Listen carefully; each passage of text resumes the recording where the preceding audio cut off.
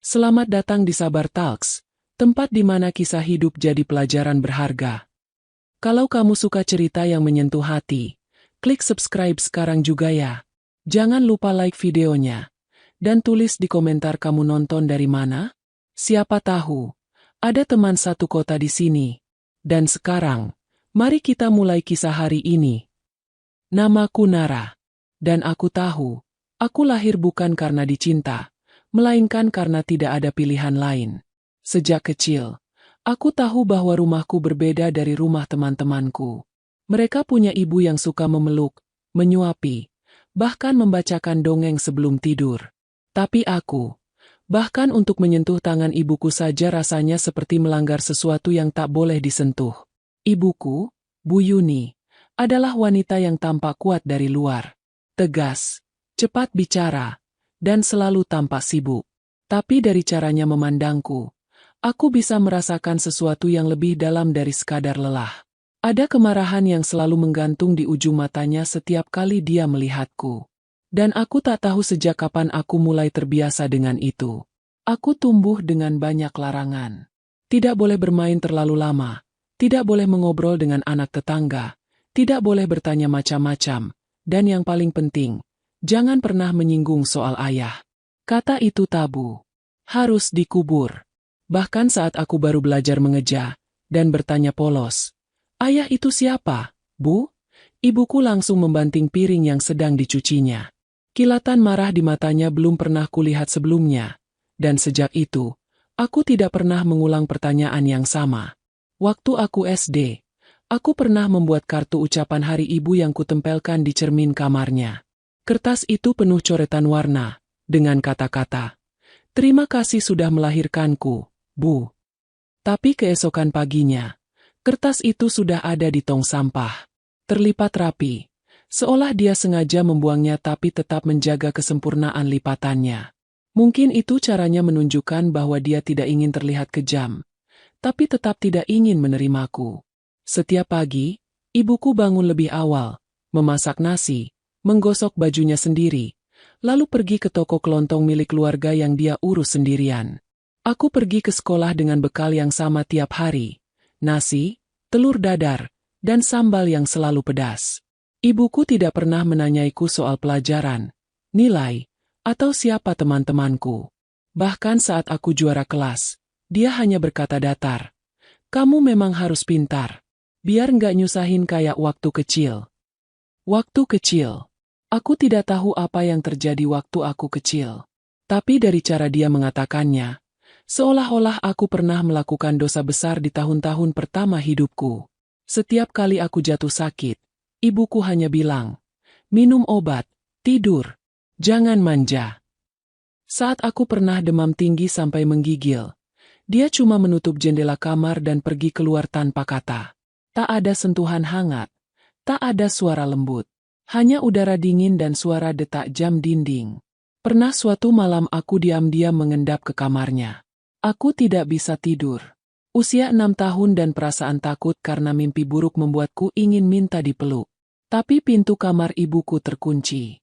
Dari celah pintu, aku melihatnya duduk di pinggir ranjang, menatap kosong ke arah jendela yang tertutup tirai. Ia tidak menangis. Tapi wajahnya terlihat seperti seseorang yang sudah terlalu lelah untuk merasa. Dan saat aku mengetuk perlahan sambil berbisik, "Bu, aku takut." Ia tidak membuka pintu. Hanya berkata dengan suara datar, "Balik ke kamar. Jangan ganggu." Sejak malam itu, aku tahu bahwa aku tidak akan pernah bisa menjadi anak kecil yang bisa merengek, menangis, atau merasa aman. Aku harus jadi kuat. Seperti ibuku.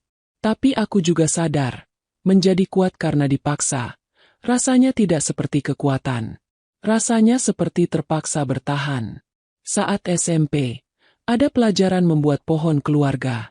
Teman-temanku dengan semangat menggambar garis dari kakek nenek, ke ayah ibu, hingga ke diri mereka. Aku menggambar 2 lingkaran. Satu bertuliskan, "Ibu", satu lagi kosong. Guru bertanya, "Ayahmu mana, Nara?" Aku bilang, "Pergi." Dan semua diam. Sepulang sekolah, aku memberanikan diri bertanya lagi, Meskipun aku tahu jawabannya akan sama. Tapi aku sudah terlalu lama menahan rasa ingin tahu. Bu, kataku pelan saat ia sedang menyetrika. Ayahku. Siapa? Tangannya berhenti. Setrika itu masih menyala, dan dia menekan ke baju yang sudah kering. Lalu tanpa menatapku, dia berkata pelan namun tajam. Kalau bukan karena kamu, dia tidak akan pergi. Aku terdiam. Lidahku keluh. Aku tidak tahu harus menanggapi bagaimana. Aku masih terlalu muda untuk mengerti kalimat itu, tapi cukup dewasa untuk tahu bahwa aku baru saja dituduh atas sesuatu yang bahkan terjadi sebelum aku dilahirkan. Malam itu aku menangis tanpa suara. Di kamar yang dingin, dengan lampu temaram dan suara nyamuk berseliweran, aku sadar, mungkin benar aku tidak pernah diminta hadir. Aku adalah akibat, dan akibat tidak pernah dipeluk. Ia hanya ditanggung. Tapi dalam hatiku, ada bisikan kecil yang mulai tumbuh. Suatu hari, aku akan tahu kebenaran tentang siapa ayahku, dan mengapa aku lahir dalam dunia yang tak pernah benar-benar menerimaku. Dan sejak saat itu, aku tidak lagi hanya bertahan. Aku mulai diam-diam mengamati, mencari celah, menunggu waktu yang tepat untuk membuka rahasia yang ibuku sembunyikan rapat-rapat. Waktu akan bicara. Dan aku akan mendengarkannya, sebaik mungkin. Aku mulai lebih sering diam, tapi memperhatikan lebih tajam. Setiap nada dalam suara ibuku, setiap raut wajah saat ia membuka album lama, setiap kali ia masuk ke kamar sambil membawa bingkisan dari toko lalu cepat-cepat menguncinya. Ada sesuatu yang selama ini disembunyikan. Dan aku tak mau menjadi anak kecil bodoh yang hanya tahu menunduk dan menelan luka. Aku duduk di pojok ruang tengah, berpura-pura membaca buku sambil memperhatikan Bu Yuni berbicara di telepon. Suaranya terdengar pelan, seolah tak ingin aku dengar. Tapi aku bisa menangkap satu kalimat dengan jelas. Kalimat yang membuatku berhenti bernapas untuk beberapa detik. Dia makin besar, makin mirip bapaknya. Kalimat itu menusukku. Bukan karena pengakuan bahwa wajahku menyerupai seseorang yang selama ini tak punya nama dalam hidupku, tapi karena nada getir saat ia mengatakannya. Seolah-olah, kemiripan itu adalah kutukan yang membuatnya tak pernah bisa benar-benar memaafkan masa lalu. Hari Minggu siang, saat ibuku sedang ke pasar dan aku ditinggal sendirian di rumah, aku memberanikan diri masuk ke kamar yang selama ini seperti zona larangan. Aku tahu waktuku terbatas.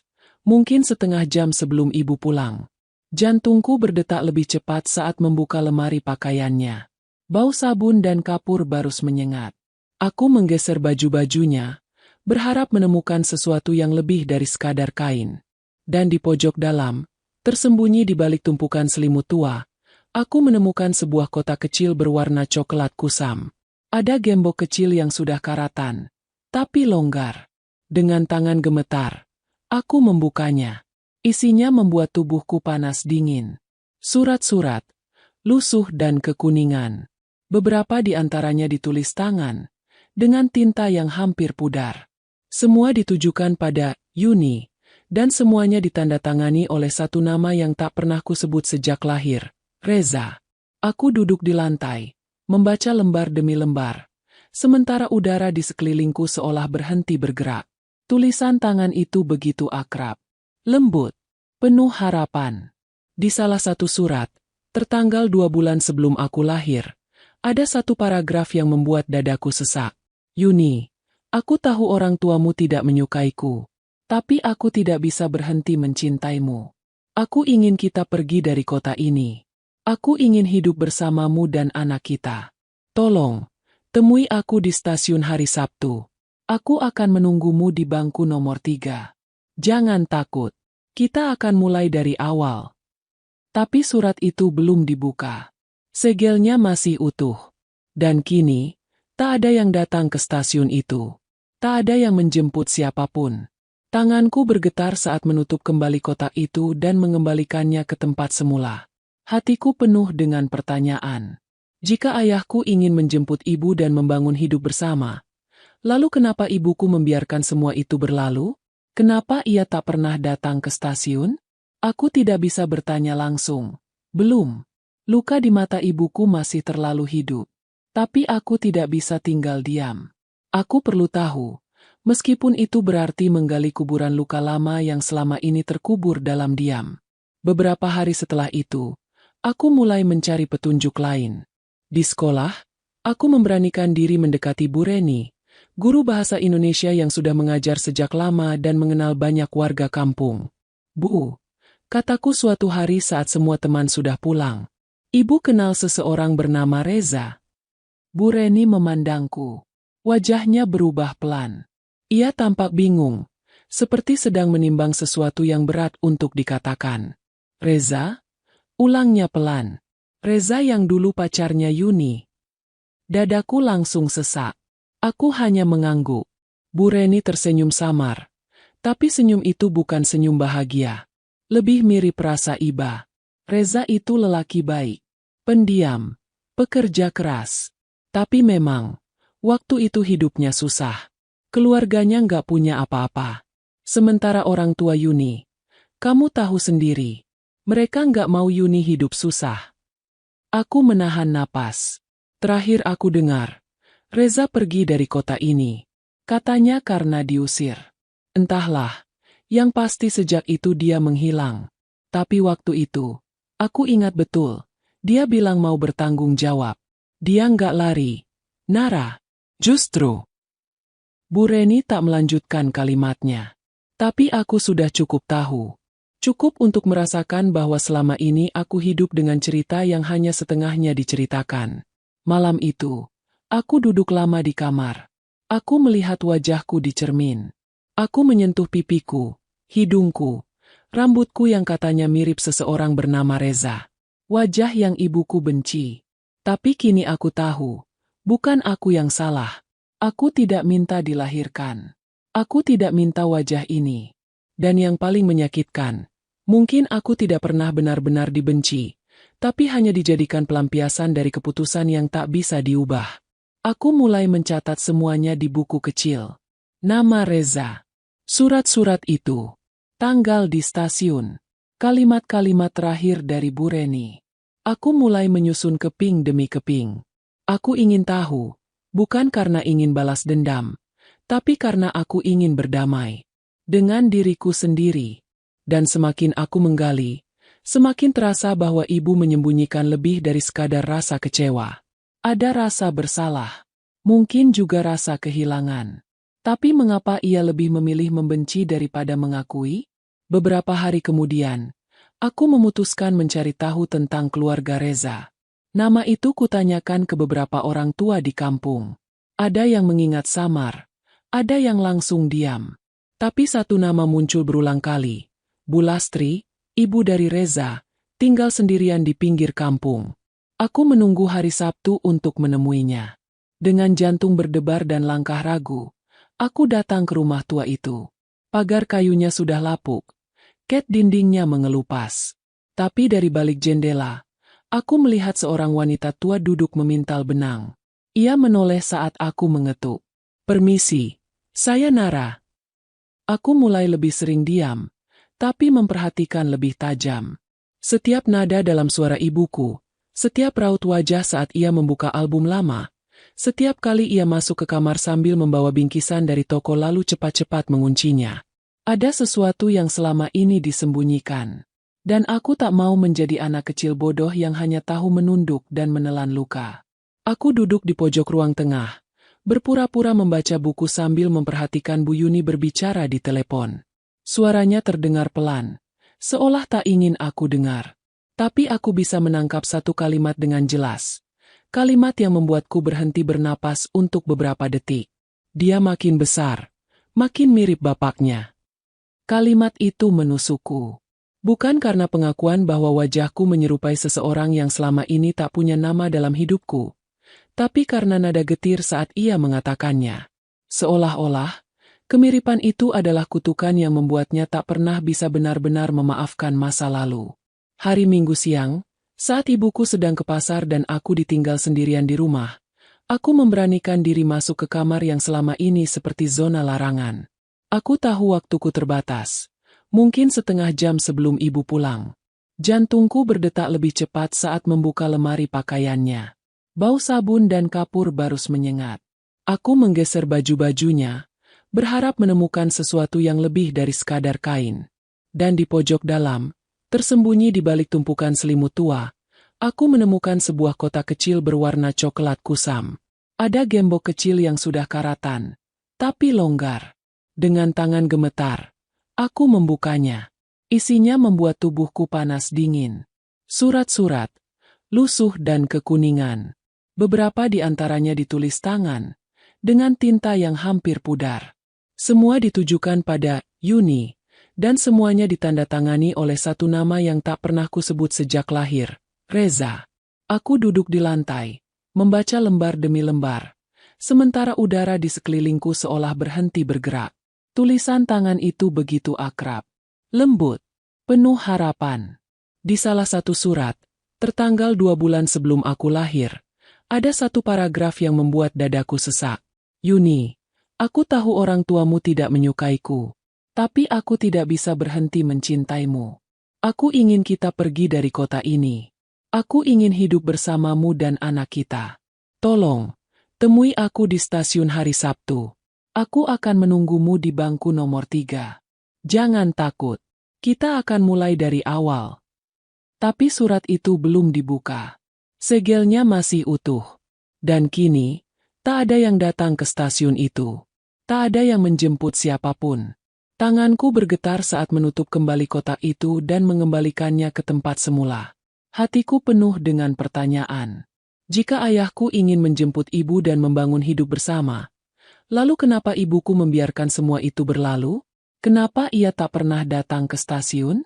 Aku tidak bisa bertanya langsung. Belum. Luka di mata ibuku masih terlalu hidup. Tapi aku tidak bisa tinggal diam. Aku perlu tahu, meskipun itu berarti menggali kuburan luka lama yang selama ini terkubur dalam diam. Beberapa hari setelah itu, aku mulai mencari petunjuk lain. Di sekolah, aku memberanikan diri mendekati Bu Reni, guru bahasa Indonesia yang sudah mengajar sejak lama dan mengenal banyak warga kampung. Bu, kataku suatu hari saat semua teman sudah pulang. Ibu kenal seseorang bernama Reza. Bu Reni memandangku. Wajahnya berubah pelan. Ia tampak bingung, seperti sedang menimbang sesuatu yang berat untuk dikatakan. Reza? Ulangnya pelan. Reza yang dulu pacarnya Yuni. Dadaku langsung sesak. Aku hanya mengangguk. Bu Reni tersenyum samar. Tapi senyum itu bukan senyum bahagia. Lebih mirip rasa iba. Reza itu lelaki baik. Pendiam. Pekerja keras. Tapi memang, waktu itu hidupnya susah. Keluarganya nggak punya apa-apa. Sementara orang tua Yuni, kamu tahu sendiri, mereka nggak mau Yuni hidup susah. Aku menahan napas. Terakhir aku dengar, Reza pergi dari kota ini. Katanya karena diusir. Entahlah, yang pasti sejak itu dia menghilang. Tapi waktu itu, aku ingat betul, dia bilang mau bertanggung jawab. Dia nggak lari. Nara. Justru. Bu Reni tak melanjutkan kalimatnya. Tapi aku sudah cukup tahu.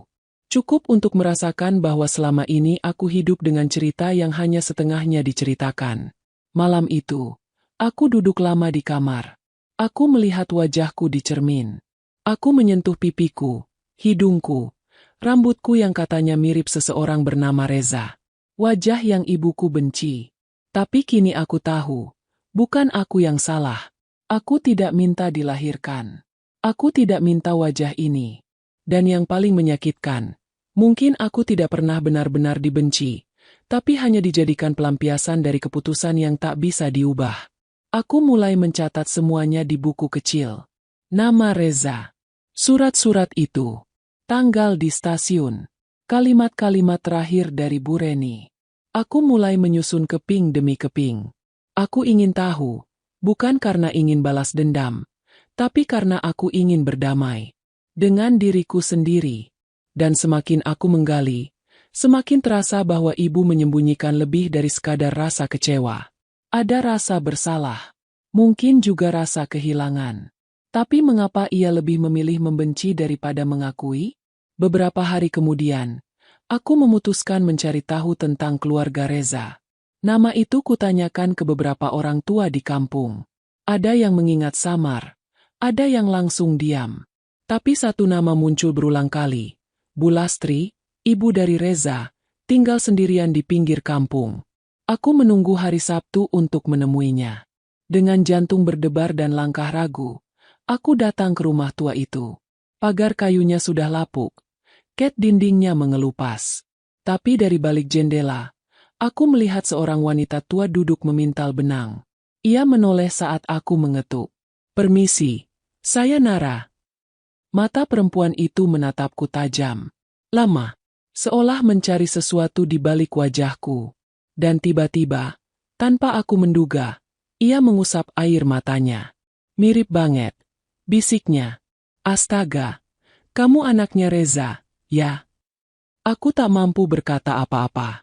Tapi air mataku menjawab semuanya. Dan hari itu, untuk pertama kalinya, aku mendengar cerita tentang ayahku. Tentang bagaimana ia menunggu berjam-jam di stasiun sambil membawa koper kecil. Tentang bagaimana ia terus berharap, meskipun tak pernah mendapat kabar. Tentang malam-malam di mana ia menulis surat, tapi tak pernah mendapat balasan. Sampai akhirnya, ia pergi, meninggalkan kota ini. Patah hati. Dia bukan pengecut, Nara. Dia cuma patah hati.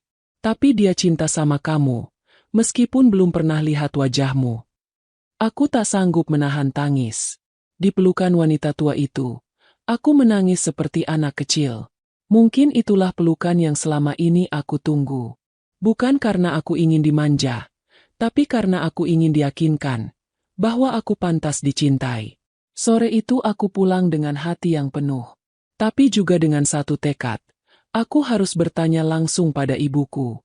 Tidak untuk menyalahkan, tapi untuk mendengar dari mulutnya sendiri. Karena hanya dari sanalah aku bisa tahu kebenaran yang sebenarnya. Tapi aku tidak menyangka.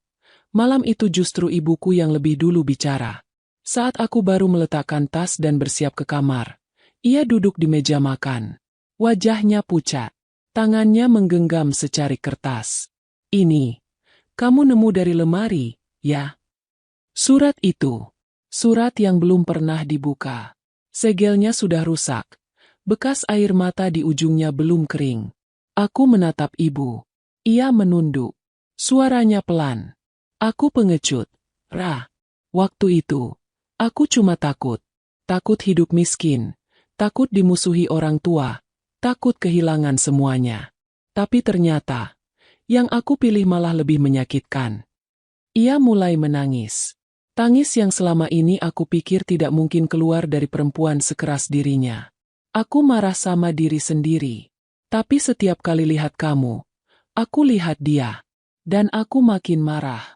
Padahal kamu gak salah apa-apa. Aku hanya bisa berdiri di sana. Diam. Hati ini ingin memeluknya. Tapi juga terlalu penuh luka. Dan malam itu, aku tahu, luka yang kami simpan bukan hanya milikku, tapi milik kami berdua. Tapi tahu saja tidak cukup. Luka itu masih terbuka, masih menganga, dan belum ada yang sungguh-sungguh mencoba menutupnya. Ibu duduk di meja makan hingga tengah malam, memeluk kertas itu seperti memeluk sesuatu yang tak pernah bisa ia miliki. Aku berdiri beberapa langkah darinya. Tak tahu harus mendekat atau menjauh. Keheningan yang mengikat kami terasa begitu pekat. Seperti udara penuh debu yang tak berani disentuh cahaya. Aku ingin memeluknya.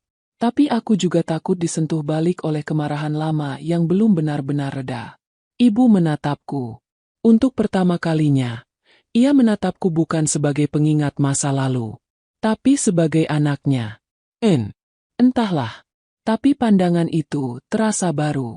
"Dia baik, kan?" tanyanya pelan. Aku mengangguk. "Sangat baik, Bu." Ia menarik napas panjang, seperti berusaha menahan tangis yang tersisa. "Kamu sempat ketemu ibunya?"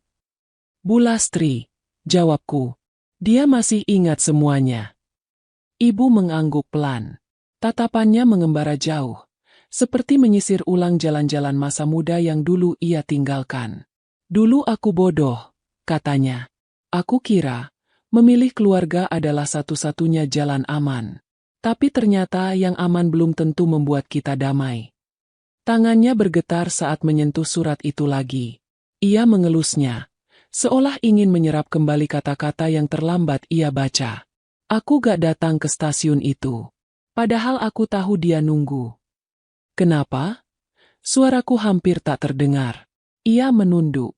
Karena malam sebelum keberangkatan itu, ayahku, kakekmu, dia mengancam akan menghapus namaku dari kartu keluarga. Dia bilang kalau aku ikut Reza, jangan pernah kembali lagi. Dia lempar semua bajuku keluar. Ibuku cuma diam. Aku sendirian. Dan aku terlalu takut. Terlalu pengecut. Aku mendengarnya dalam diam. Mencoba menahan air mata yang kembali menggenang. Bukan karena marah. Tapi karena untuk pertama kalinya, ibuku menanggalkan tamengnya. Aku kira, kalau aku tetap lahirkan kamu, aku bisa kuat. Tapi ternyata, setiap hari aku merasa dihukum oleh keputusan sendiri. Aku merasa, kamu adalah pengingat bahwa aku gagal melindungi satu-satunya orang yang mencintaiku tanpa syarat. Aku tahu, itu bukan permintaan maaf, tapi pengakuan. Dan bagi seseorang seperti ibu, itu lebih dari cukup. Karena untuk orang yang terbiasa menyimpan semuanya sendiri, membagi beban adalah bentuk keberanian. Aku duduk di sampingnya. Diam. Tak berkata apa-apa. Hanya menatap surat itu bersamanya. Dalam hening yang tak lagi menyakitkan, tapi belum juga menyembuhkan. Beberapa minggu setelah malam itu, hubungan kami mulai berubah. Tidak drastis, tapi cukup terasa. Ibu mulai lebih sering memasak makanan yang kusuka. Ia bertanya soal sekolah, soal teman-teman. Bahkan sempat mengejutkanku dengan membelikan sepatu baru. Tapi yang paling mengejutkan adalah saat ia memberiku kunci kecil berwarna perak. Kotak kayu di lemari itu sekarang milikmu, katanya. Isinya tentang ayahmu. Tentang aku. Kamu berhak tahu. Aku menerima kunci itu seperti menerima warisan paling berharga yang selama ini tertahan di balik tembok-tembok dingin. Malam itu aku membuka kotaknya lagi. Perlahan. Satu persatu surat ku baca. Ada yang berisi rencana masa depan. Ada yang berisi kemarahan Reza karena tidak mendapat kabar dari ibu. Ada juga yang berisi doa-doa sederhana. Tentang anak dalam kandungan. Tentang rumah mungil di pinggir kota. Tentang bahagia yang tak sempat dimulai. Dan di antara tumpukan surat itu, aku menemukan satu amplop berbeda. Warnanya lebih baru, dan ada tulisan kecil di pojok. Untuk Nara, kalau kamu sudah cukup besar. Tanganku bergetar saat membukanya. Isinya bukan surat panjang. Hanya satu paragraf. Tapi cukup untuk membuat dadaku sesak. Nara, maaf kalau kamu tumbuh tanpa tahu siapa aku. Tapi aku titip satu hal, jangan benci ibumu. Dia mungkin membuat pilihan yang salah, tapi dia orang pertama yang memperjuangkan hidupmu. Air mataku jatuh. Lama. Tanpa suara. Aku tak tahu kapan surat itu ditulis. Mungkin setelah Reza tahu bahwa ibu tak datang ke stasiun. Mungkin setelah ia memutuskan untuk pergi. Tapi yang jelas, kata-kata itu seperti menjahit sesuatu dalam diriku. Luka yang terbuka perlahan mulai menutup. Dan untuk pertama kalinya, aku tak merasa kosong. Aku punya bagian dari ayahku. Dan itu cukup. Beberapa hari kemudian, saat aku pulang sekolah, aku melihat ibu duduk di halaman depan rumah. Di sampingnya, ada koper tua. Warnanya coklat. Dengan pinggiran besi yang sudah mengelupas. Aku mengenali koper itu dari cerita Bu Lastri. Kita mau kemana? Bu? Tanyaku. Ke stasiun. Jawabnya. Aku ingin kau lihat tempat ayahmu pernah menunggu. Jalan menuju stasiun sore itu terasa panjang. Tapi bukan karena jarak. Karena setiap langkah kami dipenuhi dengan sesuatu yang belum pernah benar-benar ada di antara kami. Keberanian untuk melihat ke belakang, tanpa takut tersesat. Saat kami tiba, ibu menunjuk satu bangku kayu panjang. Bangku nomor 3. Sudah tua, catnya mengelupas, dan salah satu kakinya goyah. Di situ dia duduk. Katanya, bawa koper, nunggu berjam-jam. Dan aku gak pernah datang. Kami duduk di bangku itu. Diam. Aku menyentuh permukaan kayunya, mencoba membayangkan bagaimana rasanya menunggu seseorang yang tak pernah datang. Maaf, Ra, bisik ibu. Aku tahu ini gak akan mengubah apa-apa. Tapi aku ingin kamu tahu. Aku berusaha. Meskipun terlambat. Aku menatapnya. Terima kasih, Bu. Karena akhirnya memilih bicara. Dan sore itu, untuk pertama kalinya dalam hidupku, aku menggenggam tangan ibuku. Ia tidak menolak. Ia tidak kaku. Tangannya hangat, meski sedikit gemetar. Seolah-olah, untuk pertama kalinya pula, ia menerima bahwa aku adalah bagian dari kisah cintanya yang belum selesai. Tapi aku tahu, memaafkan itu bukan garis akhir. Aku belum tahu segalanya. Dan aku ingin mendengar semuanya dari mulutnya sendiri, bukan dari surat-surat, bukan dari cerita orang lain. Hari itu, setelah pulang dari stasiun, kami duduk di ruang tengah. Matahari sudah turun, dan rumah kami diselimuti cahaya lampu kuning yang redup. Tak ada suara lain kecuali detik jam dinding dan denting sendok pada gelas teh. Aku duduk bersila di depannya, menatap wajah yang selama ini hanya kutebak-tebak isinya. Dan tanpa perlu bertanya lagi, ibu mulai bicara. Kamu mau tahu semuanya? Suaranya parau. Aku akan ceritakan semuanya. Tanpa potong, tanpa sembunyi. Aku hanya mengangguk pelan. Ibu menarik napas panjang. Aku ketemu ayahmu saat kuliah semester 2. Waktu itu aku baru pindah kos ke dekat kampus teknik. Dan dia kuliah sambil kerja nyambi di bengkel. Sering bantu benerin motor teman-teman kampus. Aku kenal dia karena motorku mogok malam-malam. Ia tersenyum tipis, mengingat masa itu. Dia gak ganteng, tapi tangannya cekatan. Bicaranya sopan. Dan yang paling aneh, dia gak tertarik padaku. Aku mengernyit. Ibu tertawa pendek, getir. Kamu tahu, waktu muda aku ini termasuk yang paling dipandang. Bapakmu satu-satunya yang gak langsung cari alasan buat ngajak ngobrol. Mungkin karena itu aku penasaran. Dan dari rasa penasaran itu, aku jatuh cinta. Ia menghela napas. Kami dekat diam-diam. Awalnya hanya ngobrol di bengkel, lalu mulai saling kirim catatan. Dia selalu kasih aku buku sastra bekas, novel lawas. Katanya, dia gak punya banyak uang, tapi bisa kasih cerita.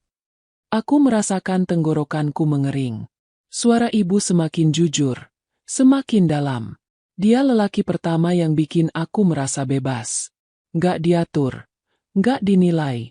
Tapi kebebasan itu cuma berlaku selama kami berdua. Begitu keluarga tahu, semuanya berubah jadi medan perang. Aku menunduk sedikit. Mendengarkan setiap kata seolah-olah mencoba menyusun kembali sejarah keluargaku yang selama ini seperti teka-teki. Orang tuaku langsung marah waktu tahu aku pacaran sama anak montir. Padahal Reza waktu itu juga kuliah. Cuma karena dia kerja kasar, mereka anggap dia nggak pantas. Bapakku ultimatum aku, pilih keluarga, atau keluar dari rumah. Ibuku diam saja. Sejak dulu, dia memang selalu diam. Ibu mulai mengusap matanya. Waktu aku tahu hamil, aku pikir aku kuat. Aku bilang ke Reza, dan dia nggak lari. Justru dia makin gencar kerja, makin serius nyiapin semuanya. Dia bilang mau nikahin aku secara sederhana, lalu kabur dari kota ini, bangun hidup di tempat baru. Ia menatapku, dan saat itu aku percaya padanya. Tapi kalimat itu tak selesai di situ. Malam sebelum keberangkatan, bapakku tahu semuanya. Dia mengamuk, pecahkan kaca, banting pintu, lempar koperku ke jalan. Dia ancam akan melapor ke polisi kalau Reza berani datang lagi. Katanya, aku sudah bawa aib ke keluarga. Aku melihat tangannya mengepal. Dada ibu bergetar. Suaranya pelan tapi berisi amarah yang sudah terpendam terlalu lama. Waktu itu, aku takut. Rah. Aku berdiri di tengah rumah yang bukan lagi rumah. Ibu diam. Bapak mengunci pintu kamar. Dan aku sendirian dengan perut yang mulai membesar. Aku ingin pergi. Tapi aku bahkan tak tahu harus kemana. Ia menunduk. Aku takut. Dan aku kalah. Keheningan kembali datang. Tapi kali ini lebih berat. Aku merasa seperti melihat ibu dalam sosok yang tak pernah ku tahu. Ia bukan lagi perempuan keras yang selalu bicara cepat dan dingin. Ia adalah perempuan muda yang pernah dikurung oleh tekanan dan dihancurkan oleh ketakutan. Besoknya aku gak ke stasiun. Dan sejak itu, Reza gak pernah kelihatan lagi. Air matanya jatuh, menetes ke atas kain daster lusuh yang ia pakai. Setiap malam aku berharap dia datang. Tapi dia gak datang. Lama-lama aku berpikir, mungkin dia juga menyerah. Aku menelan ludah. Lalu kenapa setelah aku lahir, ibu jadi berubah? Ibu menatapku. Pandangannya tajam, tapi bukan marah. Karena kamu mirip dia. Kalimat itu bukan tuduhan, tapi pengakuan yang pahit. Karena setiap kali aku melihat kamu, aku merasa bersalah. Aku merasa, seharusnya kamu bisa punya hidup yang lebih baik kalau saja aku lebih berani. Kalau saja aku ikut dia. Aku mengangguk pelan. Kata-kata itu menyakitkan, tapi aku mengerti. Dan karena aku gak tahu caranya mengobati luka, aku malah melukai balik. Kami duduk lama dalam diam. Aku bisa saja memeluknya. Bisa saja berkata bahwa aku memaafkannya. Tapi malam itu bukan untuk memberi pengampunan. Malam itu adalah untuk menyaksikan satu kebenaran yang selama ini dikubur dalam-dalam. Kini akhirnya diberi cahaya. Aku bangkit dari dudukku, pergi ke kamar, dan mengambil surat terakhir dari Reza yang ditujukan padaku. Kubawa ke ruang tengah dan kuserahkan pada ibu. Ia membacanya. Tangannya gemetar. Lalu ia menutup wajahnya dengan kedua telapak. Dia masih sempat mikirin kamu, bisiknya. Aku mengangguk. Karena dia cinta ibu. Dan karena aku ini bagian dari kalian berdua. Ibu memeluk surat itu ke dadanya. Dan dalam cahaya lampu yang semakin redup, aku melihat ibu menangis bukan karena rasa bersalah, tapi karena akhirnya diberi kesempatan untuk menyesal. Malam itu, untuk pertama kalinya, aku tidur dalam rumah yang tak lagi terasa asing. Rumah yang masih sama bentuknya, tapi tidak lagi sepi karena diam.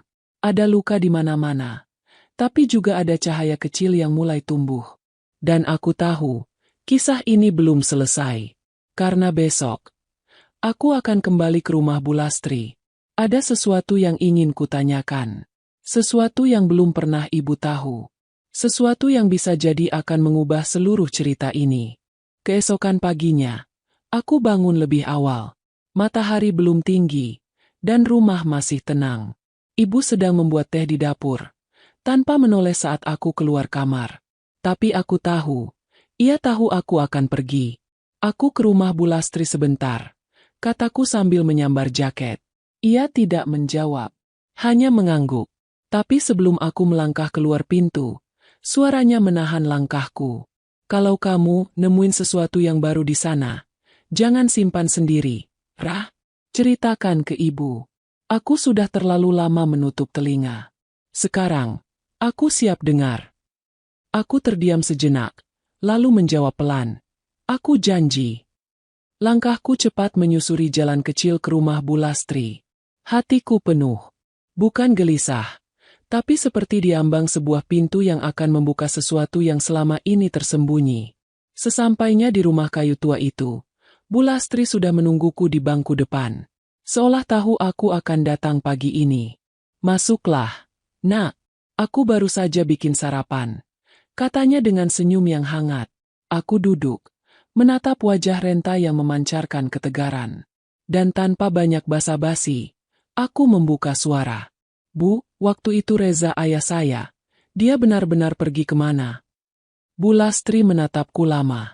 Ada kesedihan di sana, tapi juga kelegaan. Mungkin karena akhirnya, pertanyaan itu akhirnya ditanyakan langsung oleh darah daging anaknya sendiri. Reza gak pergi jauh, katanya. Dia keluar kota, ke rumah pamannya di Malang. Dia kerja di sana beberapa tahun. Tapi tiap bulan, dia kirim surat. Ke rumahmu, ke ibumu. Dadaku bergemuruh. Surat? Iya. Aku tahu karena dia selalu minta aku titipkan ke kantor pos yang sama. Dia gak mau keluargamu tahu dia di mana. Tapi dia berharap ibumu baca dan membalas. Aku menunduk. Suara hatiku seperti berteriak, menolak percaya. Tapi, ibu gak pernah bilang soal surat itu. Karena surat-surat itu dikembalikan. Mataku membelalak. Setiap bulan, kembali, dengan cap merah. Alamat tidak menerima surat dari pengirim. Itu tulisan yang sama, dengan spidol yang sama. Reza simpan semuanya. Puluhan surat, tak satu pun dibuka. Dia masih simpan sampai akhir hayatnya. Aku menatap Bulastri. Akhir hayatnya. Ia mengangguk. Reza meninggal 4 tahun lalu. Kecelakaan kerja. Saat itu dia baru buka usaha sendiri. Dia sempat bilang, kalau tahun itu dia akan coba kembali, mencari kalian. Tapi Tuhan punya rencana lain. Kakiku lemas. Aku menatap lantai kayu yang kini terasa begitu jauh. Ayahku, lelaki yang kucari seumur hidupku, sudah tak ada. Tapi ternyata, ia juga terus mencariku. Dan ditolak, bukan oleh keadaan, tapi oleh orang-orang yang takut pada masa lalu. Aku masih simpan surat-surat itu, kata Bulastri tiba-tiba. Ia bangkit, masuk ke kamar, lalu kembali dengan sebuah map tebal berisi puluhan amplop. Tanganku gemetar saat menerima benda itu. Beberapa masih tersegel rapi. Beberapa lain penuh bercak hujan dan waktu. Tapi semuanya ditujukan pada satu nama, Yuni. Dan di salah satu amplop paling atas, ada tulisan yang membuat tenggorokanku tercekat. Untuk Nara. Kalau kamu sudah cukup besar untuk tahu siapa kamu. Aku membukanya perlahan. Nara, kadang dunia memaksa kita untuk percaya bahwa kita tidak diinginkan. Tapi kamu harus tahu, kamu hadir bukan karena kesalahan. Kamu adalah hadiah yang tak sempat kudapatkan. Kalau kamu membaca ini, itu artinya takdir sudah mempertemukanmu dengan kebenaran. Dan itu cukup untukku. Air mataku mengalir deras. Aku menggenggam surat itu ke dada. Dunia seperti berhenti berputar untuk beberapa saat. Di sini, di rumah tua yang sunyi, aku menemukan suara ayahku, yang selama ini hanya hidup di bayangan. Sore harinya, aku kembali ke rumah, membawa map itu. Dan seperti janjiku pagi tadi, aku menunjukkan semuanya pada ibu. Saat ia membuka map itu dan membaca nama pengirimnya, wajahnya membeku. Tangan yang biasanya tegas, kini gemetar tak terkendali. Kenapa? Aku gak pernah tahu ada ini. Aku menatapnya. Mungkin bukan salah ibu. Mungkin ada yang sengaja menutup jalan itu untuk ibu. Ia membuka surat demi surat, membaca dalam diam. Kadang menangis, kadang memeluk map itu seperti sedang memeluk seseorang yang tak bisa ia peluk lagi. Mereka, orang tuaku. Suaranya parau. Mereka yang menolak surat ini masuk ke rumah. Aku bodoh. Aku percaya kalau Reza menyerah. Padahal mereka yang membuat semuanya berhenti. Tangisnya pecah. Aku memeluknya. Kami menangis bersama. Bukan hanya karena kehilangan, tapi karena terlambat tahu bahwa cinta yang mereka miliki sebenarnya tidak pernah mati, hanya diputus oleh ketakutan dan keangkuhan masa lalu. Hari-hari berikutnya, ibu tak lagi sama. Ia jadi lebih pendiam, tapi bukan karena marah. Lebih sering menatap kosong, tapi matanya tak lagi keras. Mungkin sedang memutar kembali semua kemungkinan yang dulu ia biarkan lewat. Dan suatu pagi, ia datang ke kamarku, menggenggam surat terakhir dari Reza. Ayo ke makamnya, katanya pelan. Aku belum pernah ke sana, tapi aku rasa sudah waktunya. Kami berangkat bersama, membawa bunga, membawa surat, membawa maaf yang terlambat. Makamnya sederhana. Batu nisan kecil dengan nama Reza ditulis tangan. Tak banyak yang mengenangnya di sana. Tapi kami datang. Dan kami tidak datang dengan tangan kosong. Ibu berdiri di depan pusara itu. Diam lama. Lalu ia berlutut, memeluk tanahnya, dan berkata lirih, maafkan aku. Aku berdiri di sampingnya, memejamkan mata. Dalam hatiku, Aku membayangkan ayah tersenyum. Bukan karena kami datang terlambat, tapi karena akhirnya kami datang juga. Hari itu, aku merasa menjadi bagian dari sesuatu yang utuh. Meski retak, meski tidak sempurna, tapi utuh. Karena kami tidak lagi saling menyalahkan, tidak lagi saling menjauh. Dan akhirnya, aku bisa memanggil ibuku, bukan hanya sebagai ibu yang membesarkanku, tapi sebagai perempuan yang pernah jatuh cinta, pernah kehilangan,